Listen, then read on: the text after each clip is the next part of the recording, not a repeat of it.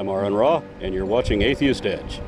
The Yehudim, also known as the Hebrews, also known as the Jews, an offshoot of the older Canaanite peoples. The Jews settled in the part of the Levant that is now known as Israel. Their religion was formerly a pantheon of over 50 gods, but eventually this gave way to a monotheism which now worships only Elyon, the Most High, as their god of creation, husband of Atheist, also known as Asherah. Formerly a lesser Canaanite war god, he is known today as Yahweh. So did you know that? No, I didn't. Well, I know that Yahweh is the same God. Also, I think in Islam as well, right? It's like all the same. Allah. It's the same God, yeah. They call him Allah now, but I think it's like the same scripture, and like Jesus is also a character. Gabriel's also a character in Islam, in the Torah, Gabriel's the guy and the Bible. Gabriel's the angel that gave the Quran to Muhammad. Yeah, in the cave. So what's interesting though is you do get this kind of narrative from the Christian faith or from a lot of different faiths saying that like, oh, see the similarities, there must be some like central truth to this, all the religions are the same, and it's very misleading because some of the major ones that are famous today and popular today, they come from the same root, but that certainly doesn't mean that all the religions in the history of the world are the same or coming from the same roots.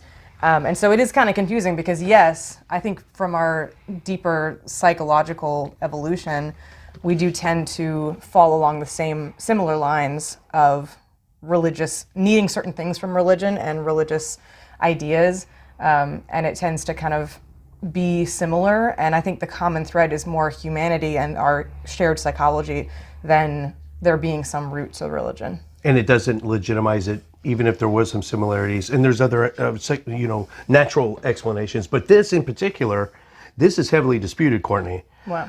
Well, Christians and Jews will dispute the shit out of what is being said just right here. They don't want to admit that Yahweh was once part of a larger pantheon. Well, you heard it here first, folks. For some of you, it might be the first time you've ever heard that, but it's true. Unfortunately, for some of you, you can look it up if you want. I mean, Yahweh was a lesser war god in a huge.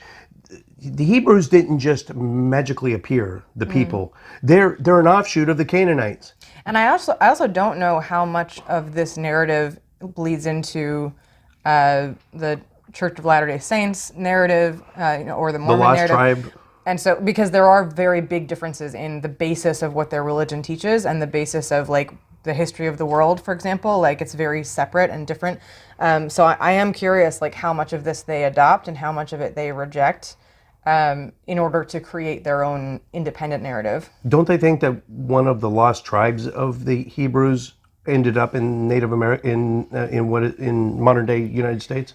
Yeah, I don't know too much about exactly what they believe, but I do know that there is a lot of like focus on the racial differences and where we get quote unquote the like different races, because it's like, people of darker skin are seen to be like damned by God in the scripture versus like people of a lighter color are not, and it's like these people are virtuous and these people aren't, and it's almost like it ties right into that whole eugenics argument and a lot of things throughout history that have unfortunately there's no reason at all that lighter skin versus darker skin should have been such a stark difference that like through time the darker skin you are, the worse your experience can be a lot of the time. And so there's no reason that it shouldn't have gone the other way or not at all, but it's just really strange that we've kind of adopted this like lighter is better, and that's really unfortunate, obviously, but it's also interesting that like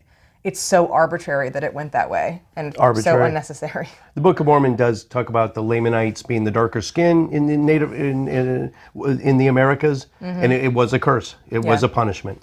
But I guess which is fucked up as hell. Yeah, anyway. and I guess this type of narrative that you do get from not only the Mormon faith but earlier than that, obviously, you do get a trend of lighter is better. And so it doesn't come from nowhere, but it's interesting that it sort of tends to crop up in a lot of different ways all across the world, all across history. Okay, so these Hebrews, they were crushed by the Romans in the 1st and 2nd centuries. We know about that. They've been driven. In 1290 they were driven out of England completely. Did you know that? They were expelled from Spain in 1492. They were massacred in the Ukraine in the 17th century, and of course they were butchered, wholesale butchered, in 1940s Germany with the Holocaust, right? So the Jews have been getting the shit end of the stick since they've been around. They've been enslaved by Babylonians, I think. Okay, so they've been slaughtered. They've been, killed to the point of near extinction. They really they've had a tough time of it their entire history. So what I'm saying is, if the Bible makes the Hebrews look out, often it shows them as God's chosen people. Those are his children, right? His most favored. Why are his most favored getting the shittiest time? Yeah, well, and Nazi propaganda included a very strong Christian component, and so that is surprising that the main drive of that was accusing the Jews of deicide, but also. Oh, yep. Yeah, but it was also backed by the Catholic Church, and the Nazis were supported by the Catholic Church, which isn't talked about as much either. But it is interesting the continued kind of persecution of them, and I have heard that it tends to come from governments down instead of happen on its own within communities. And what's also interesting is that the movement in the medical field in Germany and in America was heavily influenced by eugenics in the 1930s and 20s, 30s and 40s. And so you had this narrative of certain physical traits being mapped onto certain characteristics of character and loyalty and deceit and lying and things like that. It's a dehumanization trick. It is. But what was interesting was that in America you had a very eugenics fell along racial lines. And so Jews were okay in America because they were lighter skinned usually. But in Germany, they didn't really the Jewish kind of community didn't get so persecuted until it was propaganda put together as a race of its own. And then the narrative of the eugenics that was really popular in America was mapped onto them as well, and then it fit like a glove after that. So there was a difficulty on the German side of, these guys aren't exactly the same as this argument from America because they look just like us, they're lighter skin, and so it wasn't until Judaism and Jewish heritage was seen as a race of its own through propaganda in Germany that it actually became mapped onto the eugenics of America and got into this whole, killing this culture, killing this this tribalism. Race. It's with regard to. Okay, so now they've got their own country. 1947, 48, they got their own country, right? For whatever reason. Who does? The Hebrews. They got Israel back. Okay. I guess back. But Israel's theirs now, plus or minus some settlements, right? So they share this area with everyone else, and none of them are Jewish. The vast majority, they're all Islamic, right?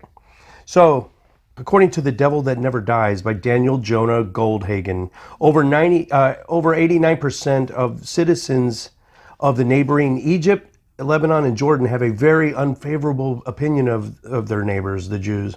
And only 3% of the entire Middle Eastern population has what could be described as a favorable opinion of them. So they're widely hated even in their own neighborhood, right? The Muslim religion has a particularly irrational hatred of everything Jewish.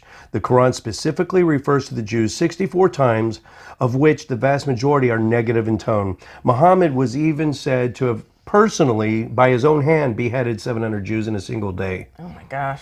So the neighbor part is interesting to me because, you do have, when when you have issues in a society, as you always will, there is usually a scapegoat of a certain group that even if they have nothing to do with the hardships of the community, and oftentimes it's the more elites that are creating those issues for the lower classes, but the elites kind of get a lot out of scapegoating a group that the rest of the lower income population is going to find an easier time hating and blaming things on, which is where you get that kind of racial component of, race divides and things like that. But what's interesting is, here in Texas, white people sometimes will blame issues on certain minorities. But if you go to Maine, I lived in Maine for a few years, and they don't like the French Canadians. And they also don't like the Somalians, because there's a huge Somalian population that migrated to Maine a long time ago, and so they are darker skinned, and people complain all the time about the Somalians and about the French Canadians. And in Texas, we complain about Hispanics. Yeah, Latino population and African American population, and so it depends on what populates your region and what tends to but what I'm hearing from you gravitate toward that. What I'm hearing from you, it's like the us versus them, that tribalism. Yes. It's ingrained in our culture, always. And it doesn't always go against skin color lines. It can just people will find it doesn't have to be skin color. It can be we're going to find a reason to make it us versus you. Yes, and that's what's interesting too, is that you get that you can put that in a laboratory, and around completely arbitrary lines, people will get into that tribalism thing. Because we've had studies in psychology of people being separated only by I think it's whether they're even numbers or odd numbers or something like that. Oh, I think I saw that study. Yeah, and there is a trend of basically, it's really complicated, but basically what tends to happen is your in-group, you would rather sacrifice something so that they don't get the same as you than have it be equal 50-50. And it's really interesting. It's hard to, it's a long story. Yeah. But, I think I know what you're saying. But that's basically what the study found. I'd rather make some sacrifices for me just so you don't get equal to me. Yes. Like given the choice between I get less than what I could get, but you get less than me, or we both get the same, I'll take the former. And that's what you tend to find among arbitrary lines. And these are obviously, randomly selected human beings. It's not people that are, particularly racist or particularly deceitful. But what is really interesting is what you find that given the option between we split this half and half, or I get less than that half and half I would have gotten, but they get even less than me, or nothing at all. That is what tends to be favored. And it's really interesting. And I do think that the biggest hope of getting out of this in-group versus out-group is exposure. The biggest cure to things like racism and not liking certain populations that are different from you is exposure to those people and realizing that we are much more the same than different. And so that's the biggest PSA we can give, is if you have a population that is being demoralized or dehumanized, it's about humanizing that population and looking at similarities over differences, and that's really the biggest cure to in-group versus out-group thinking. So we talked about how the Muslim neighbors see the Jews. Now we're going to talk about how Christians in general see them. Christians have historically been no better than the Islamic population. Martin Luther, the founder of Protestantism, the one that broke away from the Catholic Church, he famously said, "The Jews are a base, whoring people, that is, no people of God, and their boast of lineage and circumcision, their law must be accounted for as filth." Yeah. So this is, and throughout history, Christians have been. Now here's why. Before you even say anything, I've got all these Bible verses. They'll be on your screen, but of the four Gospels, let's say, why have the Jews been the target of so much violence and hatred throughout history? There's no real agreement on any single reason. However, every justification for the hatred is steeped in ignorance and false propaganda. We just got back from doing the Atheist Christian Book Club, and the book we read was Christopher Hitchens' God is Not Great. God is Not Great, How Religion Poisons Everything. And he does make a lot of points about how religion is uniquely responsible for making everything worse, basically. And I think, he makes a very strong case for that. And it is interesting, this narrative, what Martin Luther is saying is very specific to his perspective and his religion, and the narrative that his religion has given him about the people who, quote unquote, killed God, right? And so that's very interesting of this kind of very fueling creation of racial divides or demonizing a certain culture. And I wonder if that would have happened anyway for a different reason without that religious faith, or if it's But it didn't start that way. Yeah. It grew to that. The early Christian church was not that anti-Semitic. Look, the four Gospels, John is the anti-Semitic gospel, and it's most recently, it's the newest of the four. If you start with Mark, there's the deicide, the hatred of the Jews didn't happen until you get to John. So, and John was written 100 years after Jesus' death. Yeah. So it grew to that. Yeah, but it is surprising on the whole that not only do you have in the Bible, you have Jews named by God as the chosen people, but you also have Jesus being a Jew himself. And so I'm surprised that people who are followers of Jesus, that are Christian people, demonize Judaism and demonize Jews as killing someone who was a Jew himself. Like, why not take Jesus was our Jew, so we like Jews, versus like, and God chose these people to be the chosen people, aren't they great? Versus like, is it jealousy? Like we don't like them because they think they're better than us? Or is it like, oh, they killed us or whatever? It's just really interesting that, like, why go this direction when it does seem, if you're going to believe in this God and believe in this spiritual teacher of Jesus, then both of those are favoring Judaism. And it's like, why not either, if you're going to care so much about it, why not either adopt Judaism or at least consider Jews as your brothers, and Right. and to be revered, or like look up to them because they are admired, the ideal. They even are if God's, they don't believe in Jesus as the Savior. Yeah, they're God's favorite. So it's like, if Right. you care about being on God's good side and what would Jesus do, why not follow them? Yep. Tilden. Before my mom became a scorned again Christian. He's not going to be able to be heard. Right. Yep. These lavaliers are good. Scorned again Christian. She said that the goal of Christianity is to convert Jews to Christianity. Just Jews? Yes.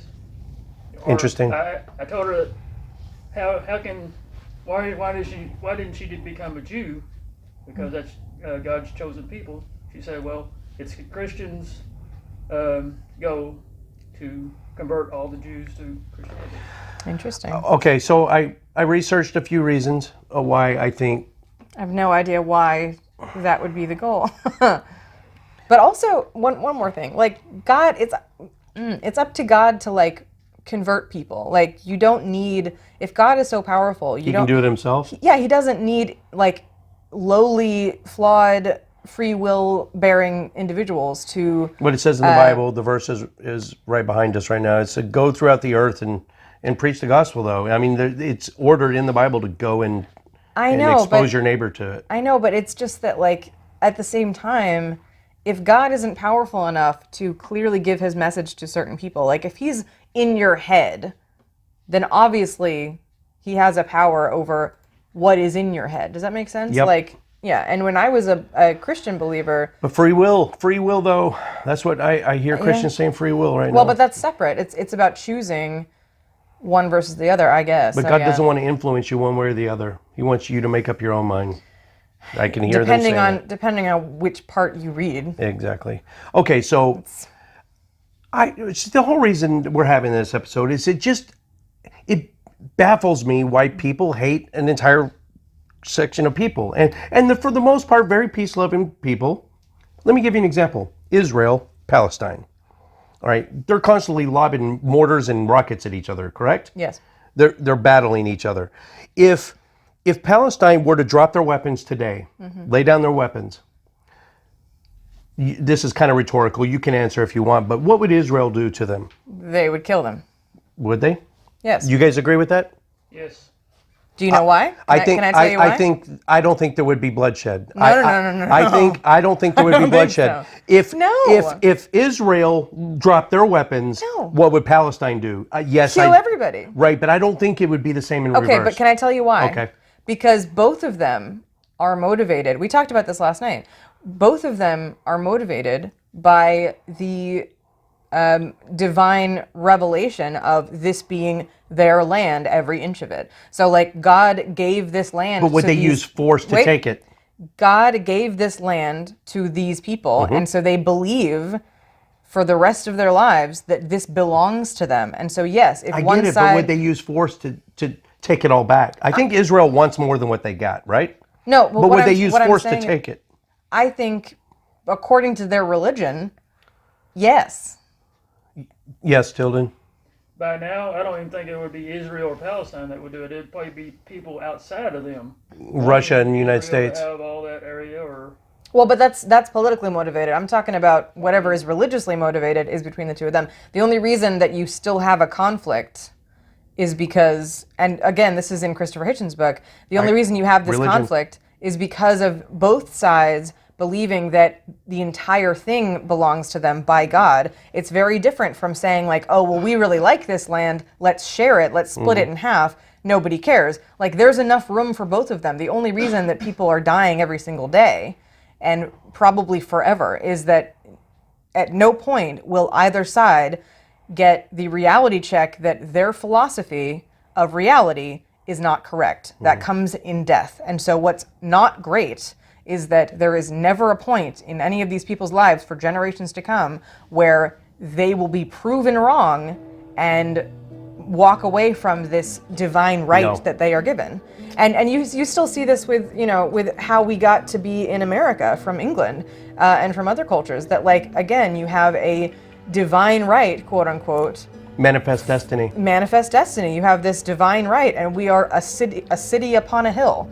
There's this narrative that, like, oh, we're going to migrate over here and we will live our lives with our specific religion, and we will be seen as a city upon a hill, meaning that everybody Shiny will... city on a hill, like this was meant to happen. Yes, well, no, everybody will look to our culture, and it will flourish better because we will be living under God's law. And so that concept was that, like, oh, nobody else in the world is living under our specific God's law with our way, and if we live with our culture in our way, it will be seen as the best culture, and it will flourish, and we will be a city upon a hill, meaning that everybody will look to us and see that we are the best version of how to live. And so, and that was the narrative that, like, oh, whatever it takes to get there is fine, and it is also divinely inspired and divinely mandated. It's mandated, and it's given permission from God. Like, how do you argue with that?